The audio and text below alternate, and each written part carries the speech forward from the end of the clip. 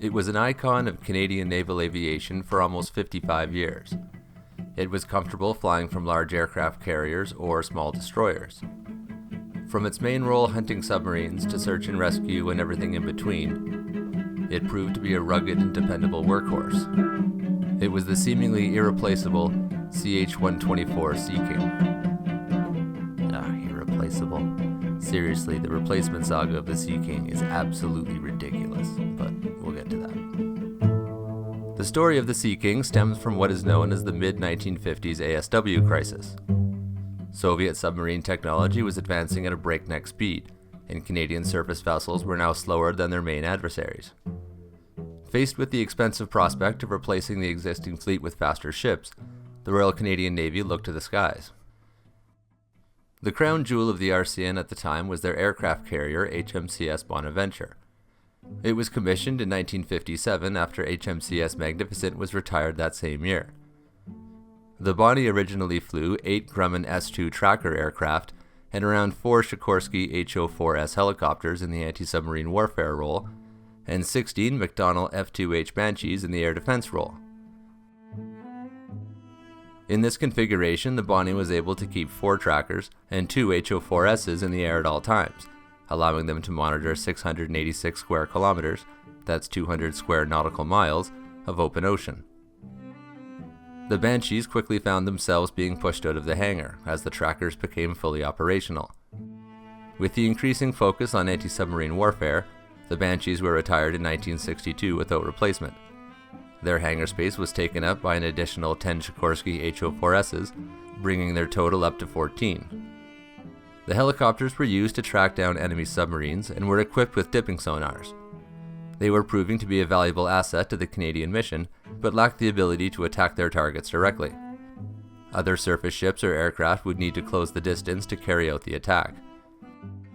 With the newer, faster nuclear-powered submarines, this was becoming more and more difficult. In 1960, HMCS Brador was ordered to assess the feasibility of ocean-going hydrofoils to fill the hunter-killer role. This could potentially be a world-beating technology, but it wouldn't be ready until 1968, and the RCN needed something now. They wanted to explore flying ASW helicopters from their existing small destroyers. This would help them to overcome their speed deficiencies and remain relevant to future threats. Trouble was figuring out how to do it safely. Large helicopters on small ships pose both the storage issue as well as how to deal with the movements of the deck during takeoff and landing, something larger ships don't have to contend with as much. The solution was the helicopter haul down and rapid securing device, also known as Beartrap. This system allows helicopters to land safely even when the weather is bad or when the deck of the ship is moving around underneath them. It's an ingenious system that's still in use today by navies across the world. In 1960, a study by the Naval Warfare Study Group showed that all destroyers of the Cello and Rescouche class could be retrofitted with aviation facilities at the same cost as one new destroyer. This seemed quite affordable, especially compared with building a fleet of fancy hydrofoils. They also recommended expanding the ASW helicopter fleet to 40 in order to meet the growing needs of the RCN. This fleet was to be made up of more capable aircraft than anything flying with the RCN at the time, one with greater range, endurance, and payload capability. Decisions would have to be made quickly though, as integrating helicopters onto the destroyer fleet would require significant modifications, and which helicopter was chosen would impact the nature of those modifications.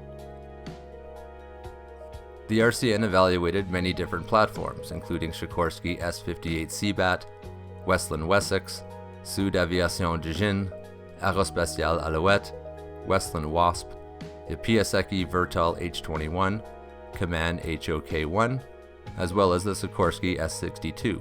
However, none of these could fully satisfy the RCN's requirement for payload and range.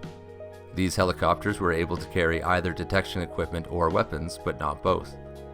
Due to the fact that only one helicopter could be operated from a destroyer-sized ship at a time, that helicopter had to fulfill the role of both hunter and killer.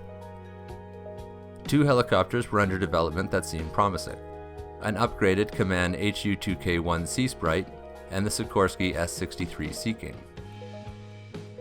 Kaman was trying to upgrade their Seasprite into a complete ASW package and was the initial favorite. Its comparatively light weight meant that it would be cheaper, have less trouble on board small ships, and could be stored more easily. However, these benefits were outweighed by the inherent limitations of the design. It was small, had only one engine, couldn't land on water, and would have struggled with even meager payloads. That said, the Defense Cabinet Committee still recommended buying 12 of them as an interim solution before a more suitable aircraft could be found. Command had lobbied with some big promises, and the committee were hopeful that they could deliver. While it was tempting to the RCN brass, it was clear that Command had a long way to go before the Seasprite could fulfill its required role, and they weren't interested in operating a fleet of aircraft that offered no benefit over existing types. The SH-3 Sea King, on the other hand, was a completely new design that took its first flight in 1959.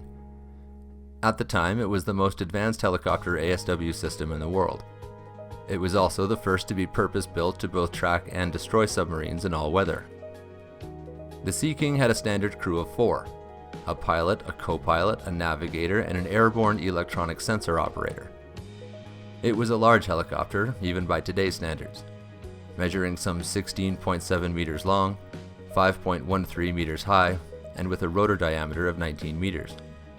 2 General Electric 1,250 horsepower T58GE8F turboshaft engines allowed the 10,000 kilogram craft a top speed of 267 kilometers per hour with a range of almost 1,000 kilometers. It carried a dipping sonar and 2 Mark 46 Mod 5 anti-submarine torpedoes. The Sea King was introduced into American service in 1961 and operated from their large aircraft carrier fleet. It seemed like the perfect choice for the RCN, except that it was huge, and many thought such an aircraft would never be able to operate from a destroyer-sized ship. This was naturally disputed by the developers of the Beartrap. A timely decision between the two was important because it would have a large impact on the upcoming destroyer conversion programs. The Sea King was much larger and heavier than the Seasprite, and so would necessitate more extensive modifications. For instance, to accommodate the Sea Kings, the Laurent-class destroyers would have to be redesigned to accommodate the addition of a hangar, landing pad, and fueling facilities. Their position forward was limited by the exhaust stack from the engines. At the rear, they were limited by the firing arc of the ASW mortars. A solution was found by splitting the exhaust stack in 2 and running them up either side of a lengthened hangar. What really sealed the deal for the Sea Kings was the 1963 refit of HMCS Bonaventure. It was modified to accommodate 6 Sea Kings in place of the HO4Ss and Banshees, while retaining its trackers. No other helicopter available at the time could offer the same capabilities, and the RCN brass wanted their flagship to have the best. The Sea King tracker combination could reach out, monitor, and attack in a large area at speeds impossible for even the most advanced submarines to outrun. This would significantly increase ASW capabilities and ensure that the RCN had a potent anti-submarine deterrence in the North Atlantic. Sikorsky offered licensed production in Canadian facilities to help offset the cost, and this finally tipped the balance away from the Command offering. At the time, Canada was in a recession, and the prospect of maintaining jobs was appealing to politicians looking for easy votes. A deal was made for 41 aircraft, 4 directly from Sikorsky, and the rest assembled in United Aircraft Company's plant near Montreal in Longueuil, Quebec. Production started in January 1962, and the first Canadian-built Sea King came off the line a year later. Originally designated the CHSS-2, the first Sea Kings were delivered to Helicopter Utility Squadron 21 for training and conversion to the new type. They were then delivered to Helicopter Anti-Submarine Squadron 50 starting in May 1963. HS-50 Squadron, based in Shearwater, Nova Scotia, was considered land-based in order to help the RCN maintain control over maritime aviation, which was being contested by the RCAF at the time. They would fly from shore until the converted destroyers became operational. HMCS Assiniboine was first. Her landing pad was completed in the fall of 1963, and the first landing took place in November. It was found that the space made available during the conversion wasn't quite wide enough to accommodate the equipment necessary to do full maintenance on the Sea Kings.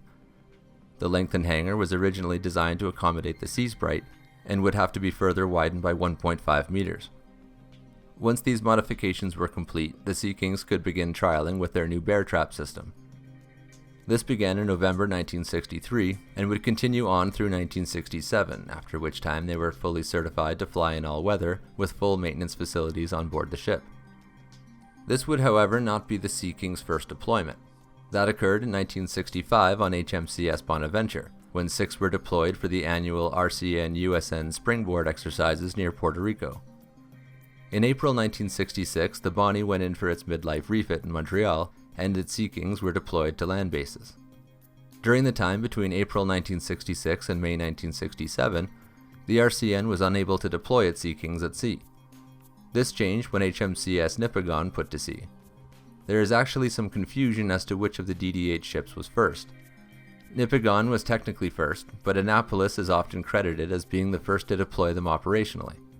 It was, however, HMCS Cyclone who was the first to deploy a fully operational Beartrap system with the ability to land their Sea Kings in all weather, in early May 1967. In 1967, 2 ships had fully functioning aviation facilities, HMCS Cyclone and HMCS Provider. Provider was a replenishment oiler and was, at the time, the largest ship in the RCN fleet by displacement, even beating out the Bonnie. It had facilities to operate 3 Sea Kings, and due to its size and stability, didn't need the Beartrap system. Both were deployed to help support Canadian troops who were part of the United Nations Emergency Force in Gaza. By the end of 1967, the Sea King was fully operational and was flying from HMCS Bonaventure, the Laurent-class destroyers, the Annapolis-class destroyers, and HMCS Provider. It was so successful that HMCS Brador was practically abandoned before the hull was ready. The Navy was all in on naval aviation. 1968 would see some big changes in the military structure of Canada. The government at the time decided that the 3 branches of the military should be combined, or unified, in order to save money. This was a deeply unpopular move, as it upset the military traditions of the units. The move would also unify the naming structure of aircraft under the Air Force's system. The CHSS-2 Sea King would be renamed to the more recognizable CH-124 Sea King. Starting in 1972, the Sea Kings got their first round of upgrades through the Sea King Improvement Program. This would introduce a new surveillance radar, the Litton AN-APS 503 with its fuselage top radome, modernized avionics, improved safety features including de-icing equipment, and improvements to the dipping sonar. These upgraded Sea Kings were designated as the CH-124A, and all were completed by the late 1970s. This was followed by the CH-124B variant. 6 Sea Kings were upgraded to the standard in the mid-1980s. The main difference between them and the A models was the inclusion of passive sonobuoys instead of the active dip sonar array. Later, more of the A models would have their dip sonars replaced with the sonobuoys. The 6 B models would later be upgraded to the B2 standard in 1991. These retained their sonobuoys but were modified as improvised troop carriers for the newly formed Rapid Reaction Standing Contingency Task Force. In preparation for the first Gulf War in 1990, 6 Sea Kings were modified with an improved surface surveillance capability. 5 were deployed on the 3 ships Canada sent to the Persian Gulf to enforce the UN sanctions against Iraq after it invaded Kuwait. It was during that mission that the Sea Kings fired its only known shots in anger, when a door gunner fired on an Iraqi patrol boat. Starting in 1998, the T-58GE-8F turboshaft engines were replaced with the 1500 horsepower T-58GE-100, the most powerful available for the platform. This refit also saw the inclusion of improved electrical systems and repairs to the airframes to extend their service life. During their lifetimes, the Sea Kings served on almost all of Canada's large warships, performing tasks such as anti-submarine warfare, assisting in blockade efforts, cargo and troop transport, search and rescue operations, disaster relief, counter-narcotics operations, and fishery and pollution patrols. The Sea Kings served on HMCS Bonaventure, with 6 deployed, providing a maximum of 10 days of 24-hour continuous station, the Laurent-class destroyers, with 1 deployed, a maximum of 12 hours on station, the Annapolis-class destroyers, with 1 deployed, Provider-class replenishment ship, 3 deployed, Iroquois-class destroyers, with 2 deployed, the Protector-class replenishment ships with 3 deployed, and finally the Halifax-class frigates with 1 deployed. While serving with the RCN, 14 Sea Kings were lost to accidents, tragically killing 8 crew members. Now it's time to talk about the Sea King's replacement. I think it would be best to describe it as a bit of a dumpster fire. The process was initiated back in 1983 when the DND determined that a replacement would be needed within the next 10 years. In 1985, the Mulroney government initiated the new shipboard aircraft project to find it. Sikorsky's S-70 Seahawk, Aerospatiale's Super Puma, and AgustaWestland's EH-101 were all considered. The Super Puma was an upgraded but dated design, and Sikorsky pulled their offering as not to compete with its new interest in AgustaWestland. The EH-101 was the obvious choice. It was brand new and developed specifically to replace the Sea King helicopters in fleets across the world. A 1987 defense white paper recommended increased spending on defense. This motivated the deal to select the EH-101, and they ordered 35. However, this defense paper turned out to be mostly aspirational, as the financial realities following the 1989 budget invalidated most of its recommendations. The Canadian economy, like all economies, has a limited ability to support expenses like this without encouraging dangerous structural deficits. The price of the military recommended in the white paper was simply too high and didn't reflect Canada's actual ability to afford it. Plus, in December 1989, the Berlin Wall came down, and this cast everything into doubt. All the same, the EH-101 was on order, and this should have been the end of the story. Come 1991, the CH-113 Labradors were also being retired and needed replacing. A further 15 EH-101s were ordered, bringing the total to 50, at a cost of $5.8 billion. That's $10.7 billion in today's money. That was a lot of money at the time when Canada's economy was in a deep recession, and the world was changing too.